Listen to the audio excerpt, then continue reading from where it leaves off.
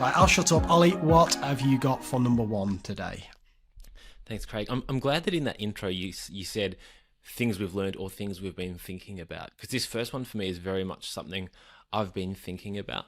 And this has been prompted by trying to refine some of I know you've heard of StepLab, some of the sequence of the action steps on StepLab for kind of instructional coaching, and thinking about the idea of feedback and how to support teachers to better give feedback. And one of the things I was trying to work out is how can we help teachers to start by first classifying maybe the core or foundational problem that's underlying the mistake that students are making. And so I've kind of been playing around with this kind of three-part structure for diagnosing the cause of an error. And I'm actually really keen to get your feedback on this, Craig, because I'm not sure. I'm not sure if it's MECED yet, and MECED means mutually exclusive and collectively exhaustive. So basically, I'm not sure if there's any overlap in there, and I'm not sure if it captures everything that's meant to capture. So I'm really keen for your thoughts on this. And likewise, any listeners to the podcast, please shoot me an email or get onto me on Twitter with your feedback as well. So the basic premise is there's three key causes for students making an error. I'm a bit nervous about sharing this, Craig. Big shout, this, Ollie, straight away. I like this. Hasn't met the world yet. There's potentially, I'll soften it, there's potentially three broad reasons why students make an error: lack of attention, lack of knowledge, or working memory overwhelm.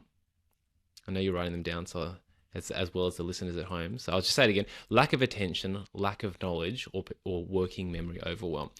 So I'll just kind of go through each briefly, and I'd love to hear your thoughts on what I've missed. So lack of attention, what it looks like is, for example, you know the student's capable of doing something, but they've been unsuccessful. So this might be in a test, and they've struggled, they've got something wrong, and they just haven't, you're like, oh, they know how to do that, but they haven't got it right. Or they're in class and you ask them a question, and they've clearly been staring out the window and they're not there, and there's obviously an attention issue. So the question is, based upon that, what's the feedback a teacher can give? Well, they can redirect the student's attention to it. They can be like, I'll have another look at this one. You've written this. I have another think. Often works. One in other subjects other than maths that can be quite helpful is just have them read it out aloud. And often when a student actually reads out their work out loud, they realize the mistake they've made. And then obviously rereading the question can help as well. Now, there's other things, but I'm just kind of doing a little summary here. In terms of lack of knowledge, what that can look like is often just students just get stuck, and they kind of don't know that they don't know where to start, or they're clearly just kind of drawing a blank. And so when we feel like students have a bit of a lack of knowledge, some of the things we can do is reteach, refer them to a resource that that contains the knowledge that they need, or perhaps give them a hint which is going to help them down if we're in a more of a discovery kind of a space that can help them to, or productive failure kind of space that can help them to make some progress there, hopefully. And the third idea, working memory overwhelm, often that looks like students are confused. They might be trying really hard, but they're kind of getting lost. And, there's that classic, I think Dylan William calls it like windfall gains in the classroom in terms of feedback. It's like if you see it, like students' facial expressions can actually be a pretty valuable source of feedback. So if they're looking confused, if they're looking overwhelmed, some of the things we can do are kind of break down a task or the task into small steps, provide a scaffold for them, and this is a really helpful one as well, provide them with a checklist that just kind of helps them to space out their thinking and step through something sequentially. So this is kind of, I love my structures. I love ordering thought because I think it empowers teachers to, have better structured and better refined mental models that enables them to act on the class in more effective ways.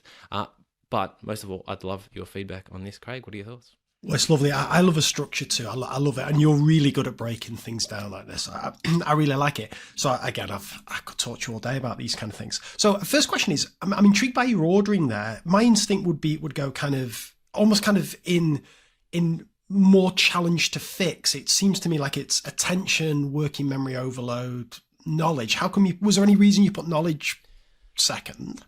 No. And I think that order actually makes more, the order you've suggested makes more sense. 100%. So I will swap that around.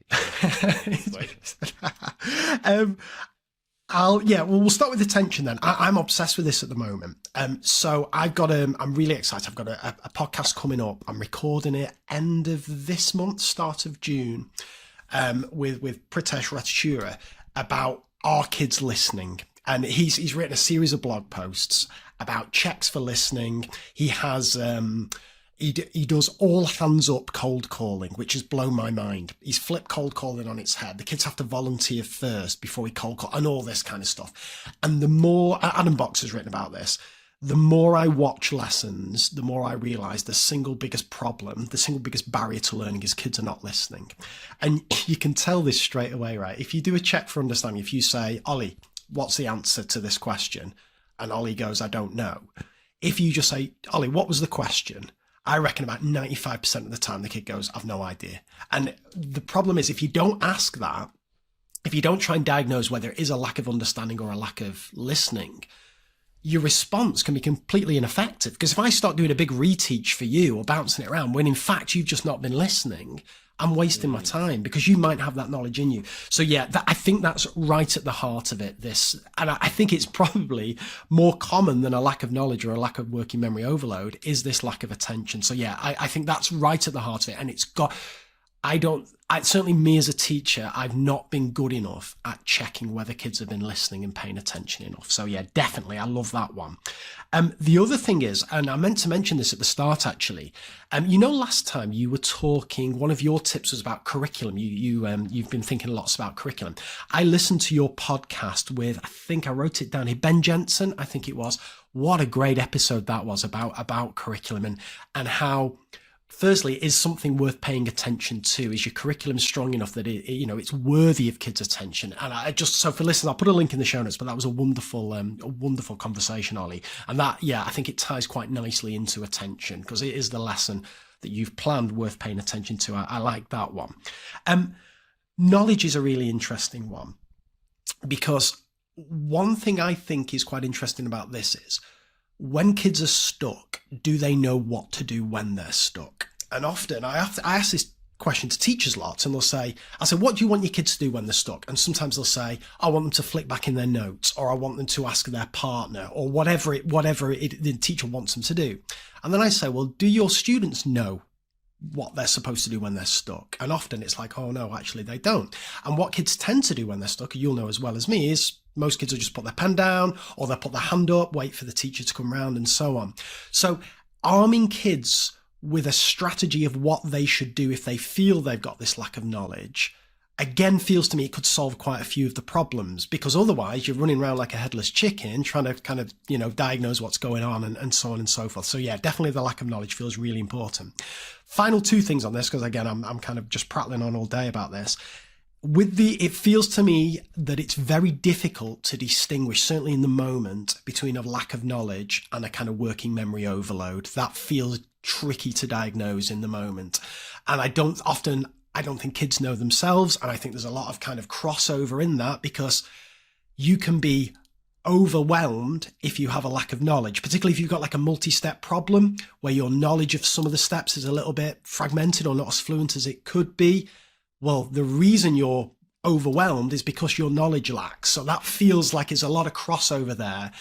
Whereas the lack of attention feels almost like a separate thing. You can diagnose that quite separately to the knowledge and working memory. And the final thing, and then I'll hand back over to you. You just chucked in at the end this checklist. This might be my new obsession, this checklist. So I've listened to about 2 or 3 podcasts in the last month completely separately. Like I listened to the recent Tim Ferriss one. I listened to this Diary of a CEO one. Everyone's chatting about checklists. Now, I read that checklist manifesto about 4 or 5 years ago, and I didn't really rate it. I think I'm going to need to revisit this now because, again, I think, and maybe even Ben Jensen mentioned this, right, in your podcast. I think he did. I think this was podcast number 3 where he talked about the checklist manifesto and how it's a really important thing, again, in terms of kind of curriculum with the steps. So I think I need to revisit this because enough smart people are telling me checklists are important now. So I think I need to come back to that. Anyway, there's a load of rambles, but I love this framework. Back to you, Ollie. What do you think of any of those? Cool. Yeah, a thought actually I had before I came on today was about that overlap between the overwhelmed working memory and the lack of knowledge. And that is because, working memory is overwhelmed not by information but by new information, and therefore by definition, if the knowledge is already stored in long-term memory, students will not be overwhelmed. I think the reason why I kind of naturally broke them apart is because they target different actions that the teacher needs to take in response.